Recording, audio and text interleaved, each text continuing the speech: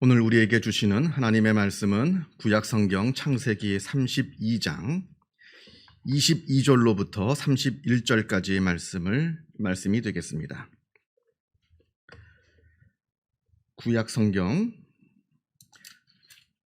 50면에 있습니다. 구약성경 50면.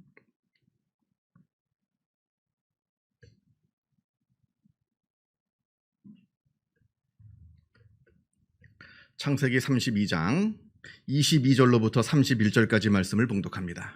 이 계시의 말씀을 봉독할 때에 살아계신 하나님의 음성을 다 함께 들으실 수 있기를 바랍니다. 밤에 일어나 두 아내와 두 여종과 11 아들을 인도하여 야복 나루를 건널세 그들을 인도하여 시내를 건너가게 하며 그의 소유도 건너가게 하고 야곱은 홀로 남았더니 어떤 사람이 날이 새도록 야곱과 씨름하다가 자기가 야곱을 이기지 못함을 보고 그가 야곱의 허벅지 관절을 치매 야곱의 허벅지 관절이 그 사람과 씨름할 때에 어긋났더라. 그가 이르되 날이 새려 하니 나로 가게 하라. 야곱이 이르되 당신이 내게 축복하지 아니하면 가게 하지 아니하겠나이다. 그 사람이 그에게 이르되 내 이름이 무엇이냐? 그가 이르되 야곱이니이다. 그가 이르되 내 이름을 다시는 야곱이라 부를 것이 아니요 이스라엘이라 부를 것이니 이는 내가 하나님과 및 사람들과 겨루어 이겼음이니라. 야곱이 청하여 이르되 당신의 이름을 알려주소서. 그 사람이 이르되 어찌하여 내 이름을 묻느냐 하고 거기서 야곱에게 축복한지라. 그러므로 야곱이 그곳 이름을 브니엘이라 하였으니 그가 이르기를 내가 하나님과 대면하여 보았으나 내 생명이 보존되었다 함이더라. 그가 브니엘을 지날 때에 해가 돋았고 그의 허복다리로 말미암아 절었더라. 아멘. 구약성경 다니엘 3장을 보면 다니엘과 세 친구들의 이야기가 나옵니다. 이들은 바벨론 군대의 포로가 되어서 이곳 먼 곳 바벨론까지 끌려오게 되었습니다만 그러나 하나님의 인도하심으로 말미암아 이들은 왕궁에 머물면서 바벨론 귀족들과 함께 그야말로 엘리트 교육을 받으면서 성장하게 됩니다. 그런데 이들에게 아주 커다란 시험이 닥칩니다. 바벨론 왕 느부갓네살 왕이 아주 커다란 신상을 세워놓고는 이 신상에 절을 하라 명령하는 겁니다. 만약에 누구든지 엎드려 절하지 아니하는 자는 맹렬히 타는 풀무불 가운데 던져 넣음을 당하리라. 이 당시 고대 사회는 어느 곳도 마찬가지입니다. 신정일치의 시대입니다. 즉 종교와 정치가 하나라는 겁니다. 왕에게 충성하는 자는 그 종교에도 충성해야 합니다. 왜냐하면 당시의 왕이라고 하는 것은 그들이 섬기는 신의 대리자로 여겨졌기 때문에 그러합니다. 그래서 종교에 충성하지 않는 자는 왕에게도 충성하지 않는 자라 그렇게 사람들이 여겼고 그렇게 되고 마는 겁니다. 지금 이걸 말하고 있습니다. 그래서 느부갓네살 왕도 커다란 신상을 세워놓고는 온 나라 백성들에게 이 신상 앞에 절하라 명령합니다. 그리고 왕궁에서 교육을 받고 있는 다니엘과 세 친구들도 당연히 여기에서 예외가 될 수는 없었습니다.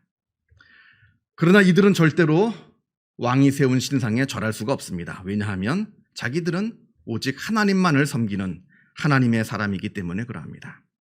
내가 아무리 왕에게 충성한다 할지라도 저 우상 앞에는 내가 절대로 절할 수가 없었던 겁니다. 그러자 이 소식이 왕에게 전해집니다. 보고가 됩니다. 그래서 왕은 극도로 분노하여서 다니엘과 세 친구들을 체포하여 끌고 옵니다. 느부갓네살 왕이 다니엘과 세 친구들이 참 아까운 인재라는 걸 잘 알고 있었어요. 참 지혜가 뛰어난 인재였기 때문에 한 번 더 저들을 아끼는 마음에서 기회를 줍니다. 내가 만든 신상에 절하면 좋거니와 너희가 만일 절하지 아니하면 즉시 너희를 맹렬히 타는 풀무불 가운데 던져 넣을 것이니 능히 너희를 내 손에서 건져낼 신이 누구이겠느냐. 절하지 않으면 당장 죽이겠다는 겁니다. 그리고 지금이 마지막 기회라 하는 겁니다. 자, 이제 선택을 해야 됩니다. 내가 하나님을 버리고 우상에게 절하여서 내 목숨을 부지할 것인가, 아니면 우상에게 절하는 것을 거부하고 저 맹렬한 불 속으로 던져질 것인가. 결정을 해야 됩니다. 이때 다니엘이 아주 굉장히 중요한 이야기를 합니다. 왕이여 우리가 섬기는 하나님이 계시다면 우리를 맹렬히 타는 풀무불 가운데서 능히 건져내시겠고 왕의 손에도 건져내시리이다. 그러나 그리 아니하실지라도 왕이여 우리가 왕의 신들을 섬기지 아니하고 왕이 세우신 금 신상에게 절하지도 아니할 줄을 아옵소서. 하나님께서 당연히 살아계시다면 우리를 내버려 두지 아니하시기 때문에 우리가 저 불 속에 던져진다 할지라도 우리를 지켜주실 겁니다. 그러나 만에 하나 하나님께서 다른 뜻이 있으셔서 우리를 저 불 속에서 그냥 타 죽게 내버려 두신다 할지라도 우리는 아무 상관없습니다. 그리 아니하실지라도. 물론 우리가 이 성경 이야기를 잘 압니다. 그래서 이들이 불 속에 던져집니다만 하나님께서 저들을 지키시고 보호하셔서 저들이 머리카락 하나, 옷 하나 그슬리지 않고 아주 온전한 모습으로 다시 밖으로 나오게 됩니다. 아주 놀라운 기적이죠. 그러나 우리가 기억해야 될 것은 이 이야기의 핵심은 저들이 머리털 하나 상하지 않고 다시 나왔다. 이것에 이 이야기의 핵심이 있는 것이 아닙니다. 이 이야기의 핵심은 저들이 말한 그리 아니하실지라도 여기에 있는 겁니다. 나에게 아무런 보상이 없다 할지라도 나는 내 신앙을 지키겠노라.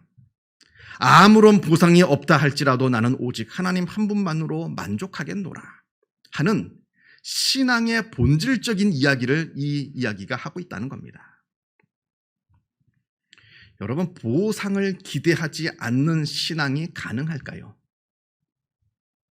내가 바라는 것이 있어도 이루어지지 않습니다. 내가 아무리 간절하게 기도해도 그 기도가 응답되질 않습니다. 내가 그토록 하나님을 열심히 믿었음에도 불구하고 나에게 아무런 보상이 없습니다. 그런데도 그리 아니하실지라도 이렇게 말할 수가 있겠느냐 하는 말입니다. 그런데 여러분, 이 단계에 이르러야 우리의 신앙이 진정한 신앙이 될 수가 있는 겁니다. 왜냐하면 우리는 결국 그리 아니하실지라도 라고 고백해야 하는 그 믿음의 시험대에 우리가 결국에는 서게 되기 때문에 그러하다는 겁니다. 이게 무슨 말이냐면 우리가 살면서 하나님께 기도하면 기도 응답을 주시죠. 또 하나님께서 우리에게 복을 주십니다. 그렇게 복을 주시고 하나님께 기도 응답을 받으면서 살아갑니다만 그러나 결국 우리는 언젠가는 죽음의 순간에 이르게 된다는 겁니다. 그 죽음의 순간에 이르렀을 때 우리가 아무리 살려달라고 발버둥을 쳐도 우리의 기도가 응답되지 않는 그 순간이 오게 된다는 겁니다. 왜냐하면 세상에서 영원히 살 수 있는 사람은 아무도 없으니까요. 결국에는 마지막 죽음의 순간에 서서 그 죽음으로 넘어가는 그 과정이 있다는 겁니다. 아니 목사님 저는 죽을 뻔했는데 기도했더니 하나님께서 살려주셨는데요. 그 이야기를 하는 게 아닙니다. 그런 이야기가 아니라 진짜 맨 마지막 죽음의 순간에 이르렀을 때 우리가 아무리 죽지 않게 해달라고 기도한다 한들 우리는 다 결국 죽는 존재라는 겁니다. 자, 그렇게 진짜 죽음의 순간이 나에게 닥쳐왔을 때 그때 내게 어떠한 믿음이 있어야 우리가 천국에 들어갈 수 있겠는가 한번 생각해 보시라는 겁니다. 그저 죽지 않겠다고 악을 쓰면서 하나님을 원망하면서 그렇게 끌려가듯이 죽음의 순간을 맞이하는 사람이 천국에 들어갈 수 있겠는가? 아니면 다 내려놓고 물론 더 살고 싶죠. 더 오래 살고 싶습니다만 그러나 그 모든 것들을 겸손하게 다 내려놓고 그리 아니하실지라도 하나님께 내 영혼을 다 내어 맡기겠습니다. 더 살고 싶지만 하나님께서 지금 나를 부르신다면 내가 그리 아니하실지라도 하나님께 내 영혼을 다 내어 맡깁니다 하면서 죽음을 맞이하는 사람이 천국에 들어가겠는가? 한번 생각해 볼 필요가 있는 내용입니다. 결국에 나의 모든 집착을 다 내려놓고 하나님 한 분만으로 만족하는 것이 신앙의 바른 모습이라 하는 겁니다. 이것이 바로 신앙의 바른 모습이고 우리의 신앙의 훈련이라고 하는 것은 이러한 그리 아니하실지라도 고백할 수 있는 그러한 믿음의 수준에 오르는 것을 우리가 훈련하는 겁니다. 그저 믿습니다. 주시옵소서 주시옵소서. 이게 신앙의 훈련이 아니라 하나님, 그럼에도 불구하고 그리 아니하실지라도 내가 하나님을 사랑합니다. 이렇게 고백하는 것이 바로 우리의 신앙의 목표가 되어야 되는 것이고 우리의 신앙의 훈련의 내용이 되어야 한다는 겁니다. 오늘 우리가 창세기 32장 말씀을 읽었습니다. 오늘 우리가 읽은 말씀은 야곱의 이야기입니다. 우리가 성경을 읽어보면 야곱만큼 자기 애가 강하고 자기 집착이 강한 사람이 없을 겁니다. 얼마나 자기 애와 자기 집착이 강했는지 태어날 때, 엄마 뱃속에서 태어날 때 쌍둥이 형 에서의 발목을 붙잡고 태어났습니다. 자기가 장남이 되겠다고, 자기가 장자가 되겠다고 쌍둥이 형 에서의 뒤꿈치를 잡고 태어난 사람이 바로 이 야곱입니다. 뭐 말 다 했죠, 이러면.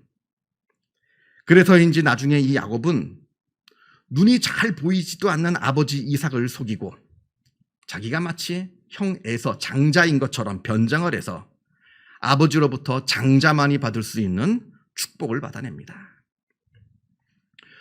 어떤 분들은 이 말씀을 읽으면서 이래요. 아니, 먼저 축복을 했으면 나중에 또 해주면 되지. 뭐 이게 큰 문제라고 그러느냐라고 하는데 그렇지가 않습니다. 이때 했던 이 이삭의 축복은 단순한 축복이 아니라 유언이기 때문에 그럽니다. 유언. 뭐 오늘이야 이제 유언을 하면 내가 유언장을 썼다 할지라도 내가 마음이 바뀌면 언제든지 그 유언장을 고칠 수도 있고 또 폐기할 수도 있습니다. 이게 요즘에 이제 유언인데, 이 당시 고대 히브리 사회에서 유언이라고 하는 것은 내가 한번 입 밖으로 냈으면 이건 변개가 불가능합니다. 그냥 그대로 되는 겁니다. 지금 이삭이 유언으로 야곱이 에서인 줄 알고 축복 기도를 한 겁니다. 이건 바꿀 수가 없어요. 아무튼 둘째 아들 야곱이 진짜 첫째 아들 에서인 줄 알고 축복을 해줍니다. 뭐라고 축복을 해줬냐면 하나님께서 풍성한 곡식과 포도주를 주시기를 원하노라. 그리고 세상의 모든 만민들이 너를 섬기게 되기를 원하노라. 이렇게 이삭이 야곱에게 축복하였습니다. 그렇게 해서 야곱은 온갖 비열한 속임수를 다 써서 결국 이 축복을 받아낸 겁니다. 요즘 말로 말하면 재물의 복, 출세의 복을 받아낸 거예요. 받아냈습니다. 자, 그런데 그렇게 속임수를 써서 축복을 받아낸 결과가 어떠합니까?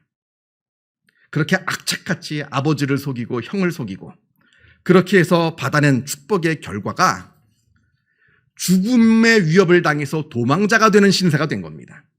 형이 이 사실을 알고 죽이려고 합니다. 그냥 말로만 죽이겠다는 게 아니라 진짜 죽이려고 쫓아옵니다. 그래서 급히 아무것도 챙기지 못하고 혈연단신으로 삼촌 집 라반으로 도주합니다. 그래서 삼촌 집에서 21년간 종살이를 살게 됩니다. 물론 그렇게 종살이를 하면서 결혼도 했습니다. 가정을 꾸렸죠. 또 재물도 좀 제법 모았습니다.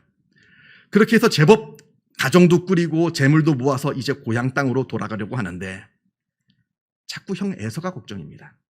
형 에서가 나를 가만 놔둘 것 같지가 않거든요. 정말 죽일 것 같거든요. 집으로 돌아가면 형 에서가 나를 분명히 죽이려고 할 텐데 그게 너무나 걱정이 되는 겁니다. 그래서 작전을 짭니다.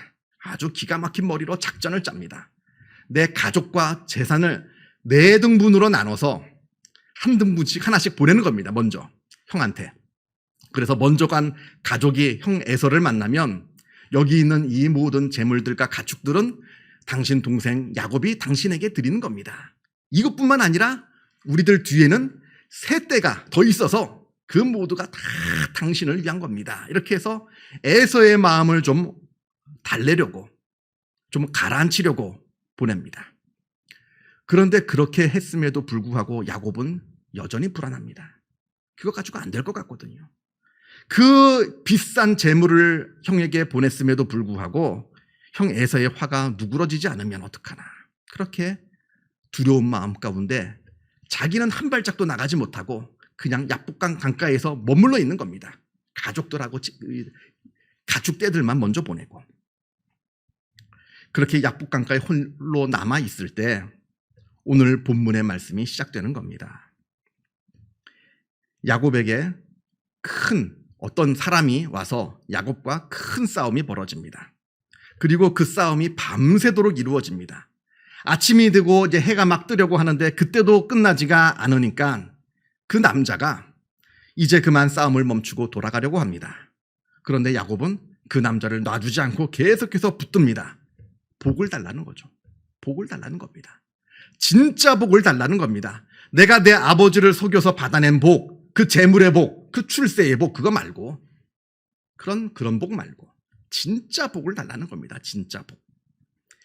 야곱이 하도 붙잡으니까 야곱의 허벅지를 칩니다. 그래서 허벅지에 그 대퇴골이 탈구가 되어서 평생 야곱이 다리를 절게 됩니다.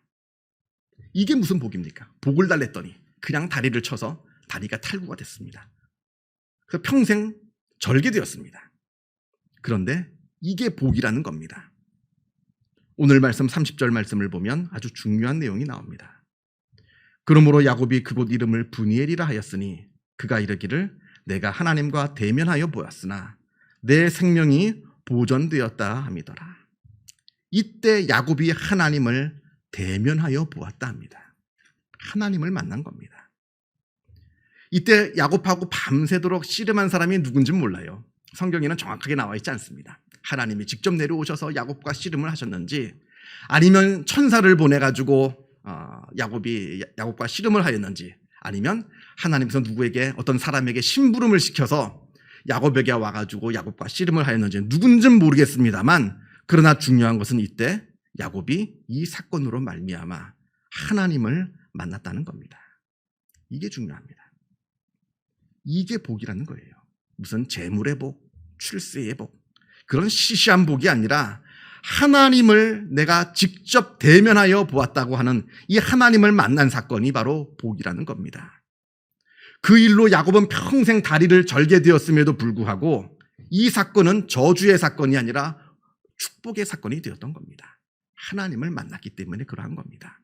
그래서 자기가 그렇게 밤새 씨름한 그 자리에 이름을 붙이는데 그 이름이 바로 브니엘입니다. 하나님의 얼굴. 내가 여기서 내가 씨름하는 동안에 하나님을 만났다는 겁니다. 그게 복이라는 겁니다. 야곱이 이때 밤새도록 씨름하고 싸움했던 것은 결국 자기 자신과의 싸움이었습니다. 물론 그 누군가와 싸웠죠. 그러나 그것은 결국 나와의 싸움이었다는 겁니다. 예를 들자면 우리가 운동선수들 중에서 격투기 선수들 예를 들면 뭐 권투 선수라든지 유도 선수라든지 뭐 올림픽 경기나 뭐 대회에 나가서 싸웠습니다. 그래놓고 하는 말이 나 자신과의 싸움에서 이겼습니다 말합니다. 남하고 실컷 싸웠는데 나 자신과의 싸움이래요. 이것도 마찬가지입니다. 야곱이 다른 누군가 싸웠습니다. 그러나 그것은 야곱 자신과의 싸움이었다는 겁니다. 자기애로 가득 찬, 자기 집착으로 가득한 그 자기 옛사람, 자기의 옛사람과의 투쟁을 한 겁니다. 그 싸움을 통해서 자기가 지금까지 살아왔던 그 못된 삶의 방식들, 그 거짓말 가득하고 이기심 가득한 그 모든 자기의 옛사람을 다 내버리고 이제 하나님을 만나서 새로운 사람으로 거듭날 수가 있는 그 자기 자신과의 싸움의 자리였다는 겁니다. 그렇게 되니까 그렇게 해서 하나님을 만나게 되니까 당장 어제만 해도 그렇게 두려웠던 에서가 이제는 두렵지가 않습니다. 내가 하나님을 만나니까 내 앞에 있는 나를 두렵게 하는 모든 것들이 다 더 이상 두려워지지가 않습니다.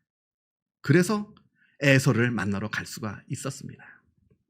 오늘 우리가 읽진 않았습니다만 그 바로 다음 장이 33장 에서를 만나는 장면이 나옵니다. 형 에서는 지금 부하 400명을 거느리고 자기에게 오고 있습니다. 이건 분명히 야곱을 죽이려고 오는 겁니다. 전쟁을 하려고 오는 겁니다.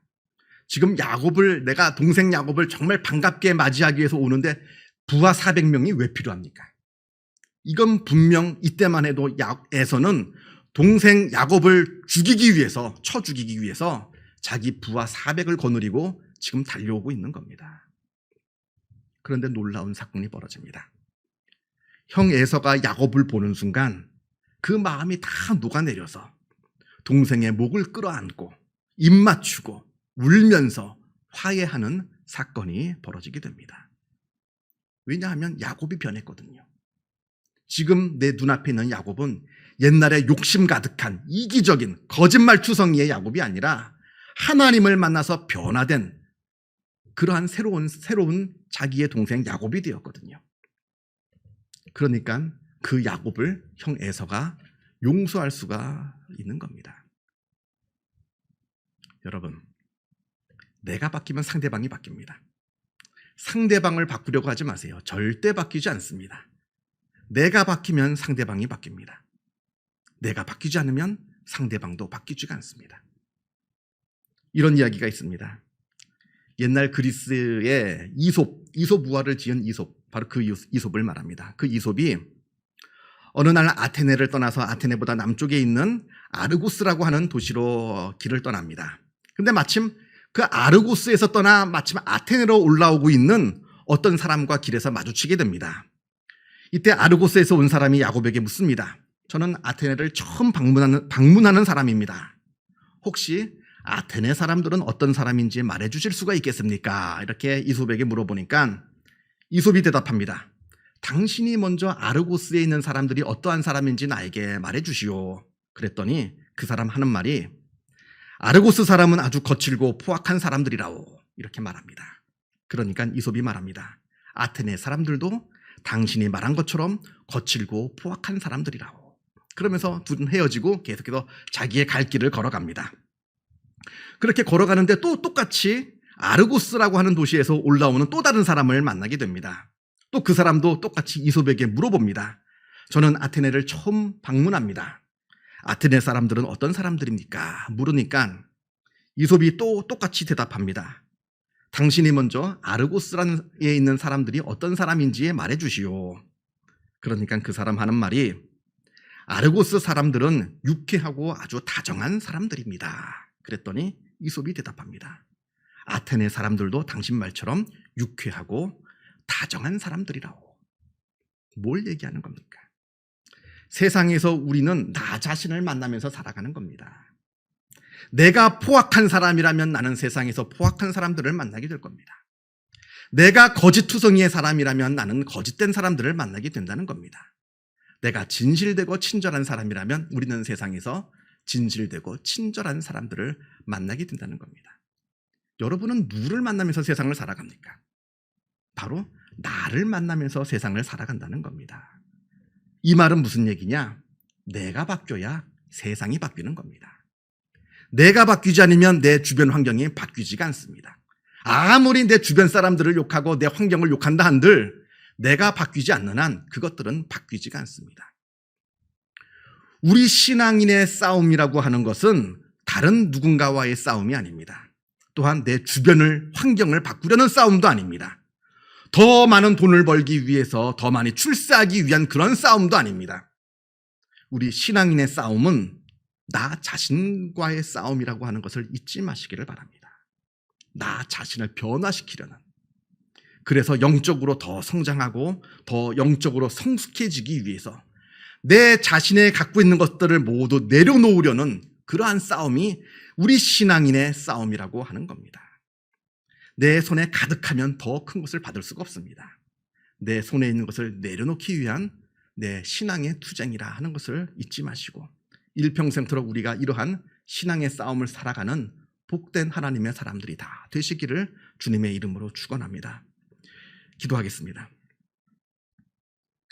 사랑과 은혜가 충만하신 하나님 아버지, 우리를 하나님의 백성으로 신앙인으로 불러주심에 그 은혜에 감사를 드립니다. 우리가 믿음의 싸움을 싸우게 하여 주옵소서. 신앙인의 삶을 살아가게 하여 주시옵소서.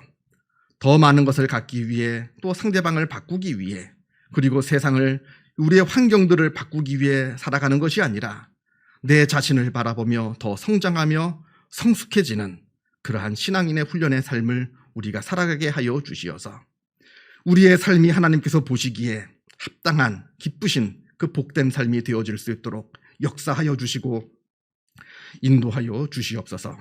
모든 것 감사드리오며 예수 그리스도의 이름으로 기도하옵나이다. 아멘.